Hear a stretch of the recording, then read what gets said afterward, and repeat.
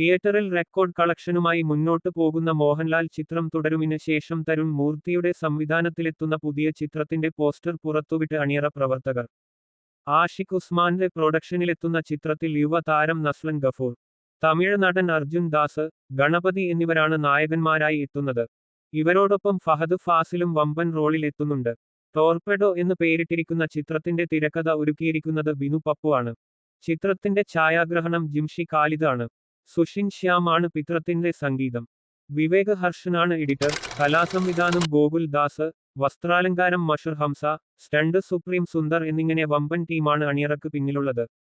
Makeup Ronex Xavier, production controller Sudharman Vallikkunnu, stills Amal C Sadar, design old മങ്സ്.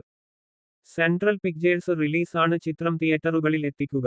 Marketing and promotions Obscura entertainments. ഈ ചിത്രത്തിന്റെ കൂടുതൽ അപ്ഡേറ്റുകൾക്കായി കാത്തിരിക്കുകയാണ് പ്രേക്ഷകർ. ഓപ്പറേഷൻ ജാവ, സൗദി വെള്ളക്ക, തുടരും എന്നീ ചിത്രങ്ങൾക്ക് ശേഷം തരുൺ മൂർത്തി സംവിധാനം ചെയ്യുന്ന ചിത്രമാണിത്.